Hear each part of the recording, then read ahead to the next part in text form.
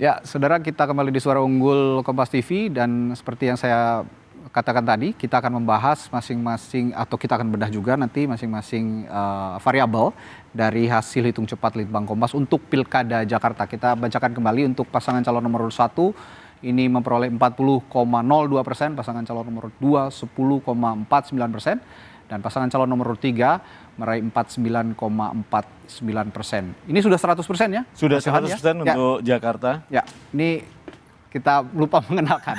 Ini adalah peneliti Litbang Kompas, Mas Yohan Wahyu yang telah bergabung lagi bersama kami.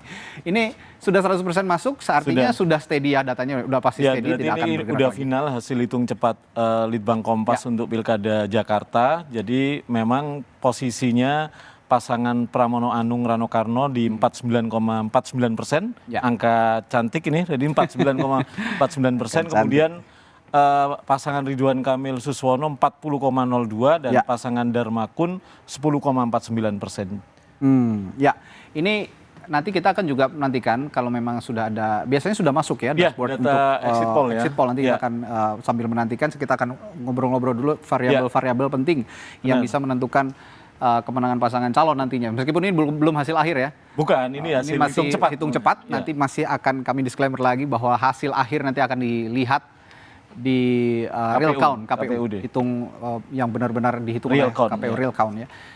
Kita lihat dulu, kalau kita compare dengan pilkada sebelumnya dulu Mas Yohan. Pilkada sebelumnya. Ya, di DKI Jakarta. Nah, kita akan lihat, ini bagaimana sebarannya ini 2017. Kalau kita lihat isu di Pilkada 2017 itu kan isu polarisasi begitu kuat ya. Betul sekali. Jadi kelihatan distribusi dukungan itu ya. Ini bukan hasil hitung cepat ya. Ini hasil real count KPU. Kelihatan pasangan Anies Sandi ini di Jakarta Selatan dan Jakarta Timur. Di atasnya barat, pusat dan utara itu lebih dikuasai pasangan Basuki dan Jarot waktu itu. Waktu itu ya. Jadi kelihatan, kita lihat di putaran kedua itu agak ada perubahan ya, ada perubahan. Nah, jadi pasangan Anies mendominasi hampir semua wilayah karena memang pada saat itu sekitar 15% suara AHY dan Silvi beralih ke pasangan Anies Sandi waktu itu. Jadi memang kelihatan persebarannya memang ngumpul gitu.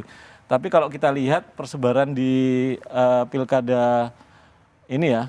Nah, ini kita lihat bagaimana persebaran sampel kita, coba kita kecilin. Nah, ini 400 sampel TPS yang dipakai sampel Litbang Kompas untuk hitung cepat ini, memang kelihatan persebarannya relatif menyebar gitu ya. Mas Yohan, mohon maaf, kita harus tunda dulu karena akan ada pernyataan dari calon gubernur dari Jawa Tengah, Ahmad Lutfi, berikut ini. Kalau sekarang kan belum. Ya. Tapi apakah sesuai prediksi sebelumnya angka dari ini semua 59%? Saya akan prediksi ya, artinya saya juga kaget kok. Itu kan bentuk kami dikasih kepercayaan masyarakat. Berarti masih menunggu keputusan KPU ya Pak? Kita... Baik, kita tunggu bersama-sama.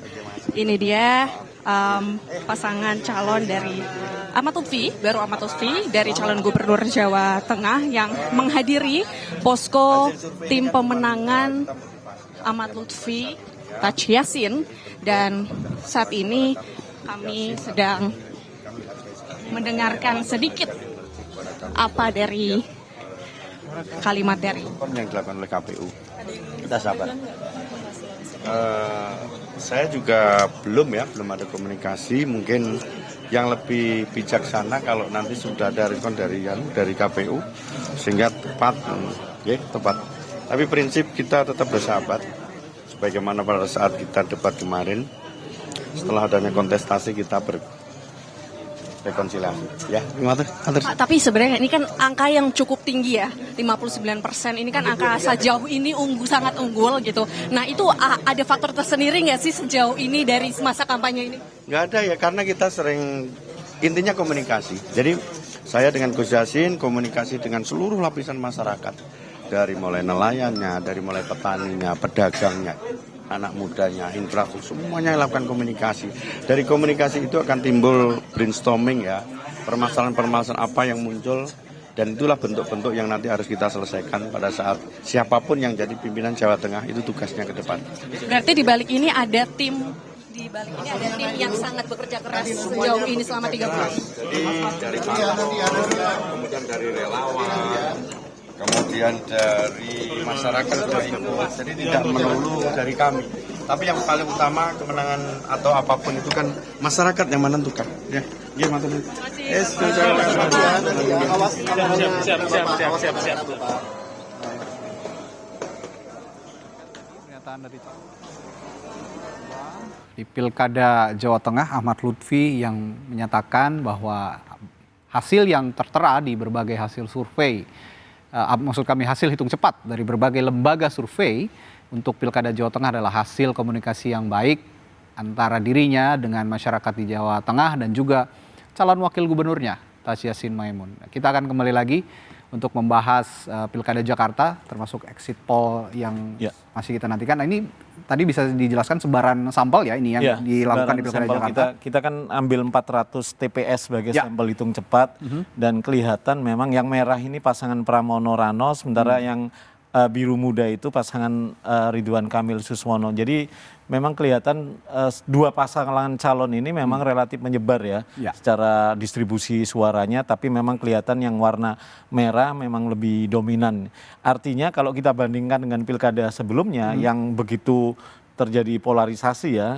Di tahun ini kan tidak ada isu polarisasi, jadi relatif suara kedua pasangan calon atau tiga dengan Darmakun ya, meskipun paling kecil ya, jadi relatif menyebar ya, paling enggak antara dua pasangan nomor urut 1 dan 3 ini Redi. Jadi memang itu bedanya dengan 2017 gitu ya. Oke. Nah berarti kalau sekarang ini boleh dikatakan mau di Jakarta Timur, Jakarta Selatan, Utara, semua Barat, pasangan calon semua ada suaranya gitu. ada di Jadi situ. memang karena menyebar, karena tiga pasangan calon memang tidak ada sesuatu yang bisa membedakan ya secara spesifik gitu ya. Jadi memang relatif berbeda dengan apa yang terjadi di 2017 kemarin. Polarisasi memang tidak ada, tapi sedikit pola yang sama sebenarnya saya melihat. Apa itu? Kalau memang ini coba kita lihat di pilkada sebelumnya, Nah ini kan kalau kita lihat di sini, ini ada suara Agus Harimurti Yudhoyono ketika itu 17,06 ya. 17,06%. Nah sekarang ada suaranya Darmakun 10%. Yang mana pada saat di Pilkada Jakarta ini kan harus kalau memenangkan satu putaran harus ada 50% plus 1 gitu lah katakanlah ya. Meskipun tadi belum hasil akhir, tapi gambarannya sudah mulai terlihat. Nah kalau begitu, apakah pola yang sama nanti di Pilkada Jakarta akan terulang dengan Pilkada Jakarta 2017? Yang jelas kalau memang keputusan KPUD nanti itu 2 putaran, tentu suara Darmakun itu menjadi penentu kan. Umumnya orang akan loyal dengan pilihannya di putaran pertama gitu ya. Putaran asumsinya, putaran pertama itu akan menjadi pilihan juga di putaran kedua. Nah, bagaimana dengan suara dari Darmakun itu yang menjadi kunci. Kalau di 2017 itu memang kelihatan di exit poll kita pada saat itu suara yang sebelumnya milih Agus Silvi itu memang mayoritas beralih ke Anies Sandi. Nah, itu karena ada polarisasi itu. Nah, saat ini ketika tidak ada isu seperti itu, relatif sedikit banyak suara Darmakun itu akan relatif menyebar ke dua pasangan calon itu. Itu yang perlu dicatat kalau 2017 isunya polarisasi itu tadi. Sehingga itu terarah kemana begitu ya suaranya. Kelihatan memang kristal ke pasangan Anies Sandi waktu itu. Sekarang ya akan relatif lebih merata. Menyebar. Gitu ya. Terlebih juga nanti ada kerja-kerja politik mungkin di tengah jalan.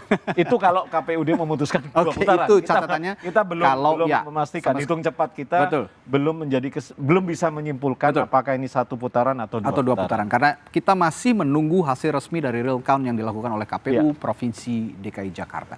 Saya ingin lihat juga Pileg DPRD Provinsi 2024. Nah, ini cukup menarik juga kalau kita lihat ada kerja-kerja politik dari partai politik ketika itu tentu saja karena mereka bekerja untuk partai politik gitu. Sekarang bekerja untuk calon. Tapi petanya apakah kalau di kalau di Pileg kemarin PKS pemenangnya, apakah pemenangan PKS kepada pasangan Ridho, pasangan nomor urut 1 ini juga optimal di Pilkada kali ini?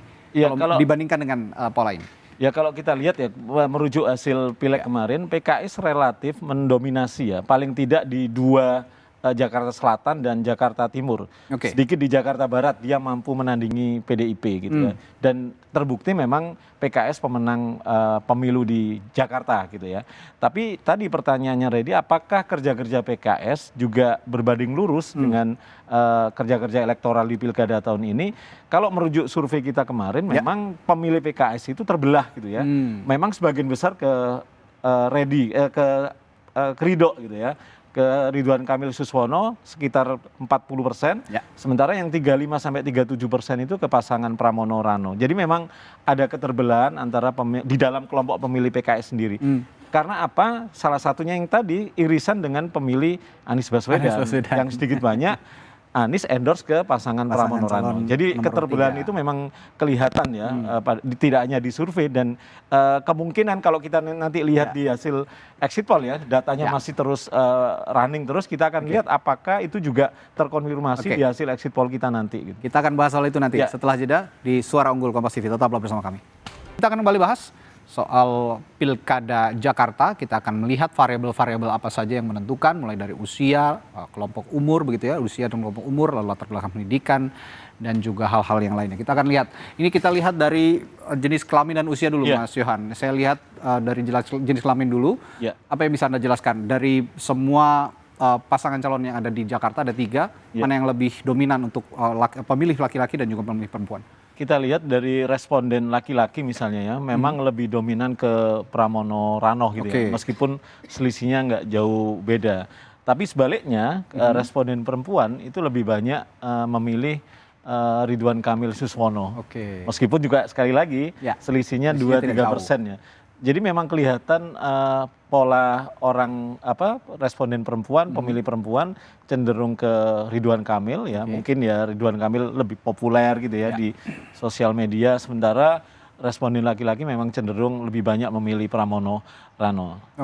Sementara kalau kita lihat dari kelompok generasi misalnya ya, relatif kalau kita lihat 2 pasangan calon di Pilkada Jakarta, nomor urut 1 Ridwan Kamil Suswono dan nomor urut 3 Pramono Rano ini memang cukup mendominasi ya. Dari kelompok Gen Z misalnya yang 20 tahun ke bawah, 2 pasangan ini ketat gitu ya, hampir sama gitu ya. Dan ini sebenarnya tidak terprediksi sebelumnya ya. Biasanya kan kemarin kita prediksinya Ridwan Kamil yang akan lebih unggul untuk Gen Z gitu ya. Tapi ternyata mampu menandingi. Kalau kita lihat memang konten-konten di sosial media Pramono itu kan relatif tidak kalah ya dengan Ridwan Kamil.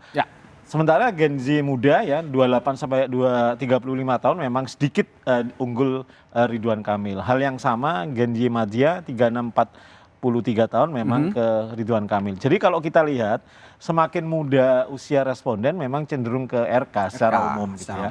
Tapi kalau kita lihat semakin senior gitu ya, orang yang sudah beberapa kali ikut pilkada pemilu cenderung memilih Pramono Rano gitu ya.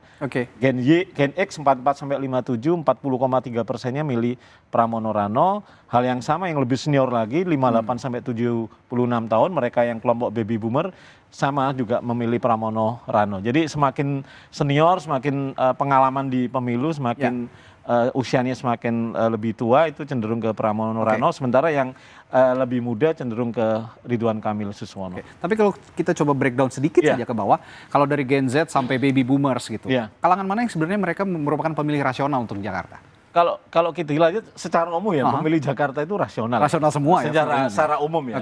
Karena kalau kita lihat pengalaman 2017 dan hari ini 2024, perdebatan diskursus soal program itu kan selalu jadi perdebatan gitu ya.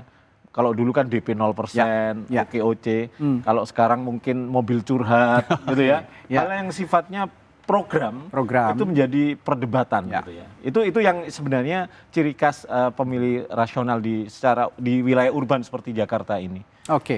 Sekarang kita berangkat ke kelas sosial coba Mas. Kita lihat ke kelas sosial. Baik. Nah, ini ada kalangan atas, menengah bawah, dan bawah. Bagaimana nih, Mas? Kalau kita lihat secara komposisi baik di kelas atas, menengah bawah, dan bawah ya cenderung relatif merata 2 paslon itu. Tapi kita lihat misalnya paling bawah itu kan selisihnya relatif jaraknya tinggi ya antara Pramono Rano yang lebih unggul 42,3% dibandingkan Ridwan Kamil Suswono yang 32,4%. Jadi masyarakat bawah ini kan identik dengan wong cilik ya, kebanyakan memang pemilih PDIP di situ. Sementara kalangan menengah bawah kompetitif ya, meskipun Ridwan Kamil cenderung lebih tinggi sedikit, menengah atas Pramono Rano, dan wilayah atas juga Pramono Rano. Jadi relatif merata untuk Pramono Rano yang dari 4 kategori kelas ekonomi ini, sementara Ridwan Kamil memang rata-rata masih di bawah Pramono Rano. Meskipun ada sedikit unggul di menengah bawah. Menengah bawah, oke. Tapi yang menarik, ternyata yang menjawab tidak tahu atau tidak menyalurkan hak suara ini ya, berarti ya. Ini cukup besar juga di kalangan bawah, di kalangan menengah bawah, rata-rata atas, ya. gitu ya. Memang kalau kita lihat tingkat partisipasi di pilkada tahun ini, berdasarkan hitung cepat kemarin kita hari ini, kemungkinan memang lebih tinggi dibandingkan pilkada 2017. Jadi kurang dari 70% partisipasinya, bahkan sekitar 67%. Artinya ada 40 sekian persen itu yang tidak menggunakan hak pilihnya di pilkada hari ini. Jadi ini catatan juga ketika kita bandingkan di pilkada 2017, apalagi di pemilu 2024 kemarin yang sekitar 80%, sebenarnya ini ada kecenderungan antusiasme pemilih menggunakan hak pilihnya di Jakarta itu cenderung menurun. Oke. Itu salah satu kelihatan di sini ya, di rata-rata sekitar itu. Ini salah satu tipikal pemilih rasional juga di kritis, kawasan ibu kota, kritis, bingung akhirnya nggak memilih jadinya. Benar. Oke, kita ke pendidikan dan pekerjaan. Pendidikan, kita lihat kalau dari latar belakang pendidikan ada pelajar, mahasiswa, ibu rumah tangga. Ini dari pekerjaan, kalau kita lihat dari latar belakang pendidikan yang paling atas ya. Ini misalnya pendidikan dasar, itu relatif lebih banyak yang memilih Pramono Rano. Pendidikan menengah ini kompetitif sama ya. Sementara pendidikan tinggi pun juga Pramono Rano. Jadi ini fenomena menarik ketika mungkin kalau kita baca latar belakang pilihan partai itu kebanyakan PDIP, tapi di sisi yang lain memang dari kelompok pendidikan tinggi justru Pramono Rano gitu ya, yang relatif merata ini dari dasar, menengah hingga tinggi gitu ya. Dan lagi-lagi semakin tinggi pendidikannya, semakin banyak juga yang tidak semakin tinggi yang tidak memilih gitu ya. Jadi semakin tinggi pendidikan, semakin kritis, semakin kemudian apatis gitu ya. Ya, apatis, merasa apatis. Nah, sekarang dari pekerjaan ya ini. Dari pekerjaan ya, ini beberapa pekerjaan, kita ada 10 kategori pekerjaan relatif memang terbelah gitu ya antara dua pasangan calon ini. Tapi yang menarik di orang-orang yang pengangguran tidak bekerja itu pasangan Dharma Kun lebih tinggi tuh pilihannya 18,29% ya dibandingkan kategori pekerjaan yang lain ya. Jadi ini kelihatan pelajar memang terbelah dua sama antara Pram Rano dan Ridwan Suswono. Sementara ibu rumah tangga sekali lagi kayak tadi perempuan itu lebih banyak ke Ridwan Kamil, ibu rumah tangga juga ke Ridwan Kamil. Kemudian dari sisi ini tadi sudah yang menarik tadi dari sisi karyawan swasta pengusaha memang cenderung ke Pramono Rano. Jadi secara umum memang kategori apapun baik usia, pendidikan, dua pasangan calon ini terdistribusi lebih unggul gitu ya di masing-masing kelompok responden. Ada sebenarnya satu variabel lagi yang menarik saudara bahwa ada endorser ya di Pilkada Jakarta ini. Di sini bisa kita lihat ya, Mas Yohan, ada di mana? Belum ada. Belum ada. Baik. Alasan memilih. Alasan memilih. Oke. Nah, nanti ini akan kita bahas juga bahwa ada endorser tertentu yang punya pengaruh tinggi juga di Pilkada Jakarta. Kita ketahui Anies Baswedan dan Basuki Cahayapurnama ada di barisan Pramono Rano, lalu juga Presiden Joko Widodo dan Presiden Prabowo ada di barisan Ridho begitu ya. Tapi nanti kita akan bahas di paruh yang lain. Terima kasih Mas Yohan Wahyu setelah peneliti Litbang Kompas sudah membedah Pilkada Jakarta berdasarkan exit poll Litbang Kompas, dan sesaat lagi suara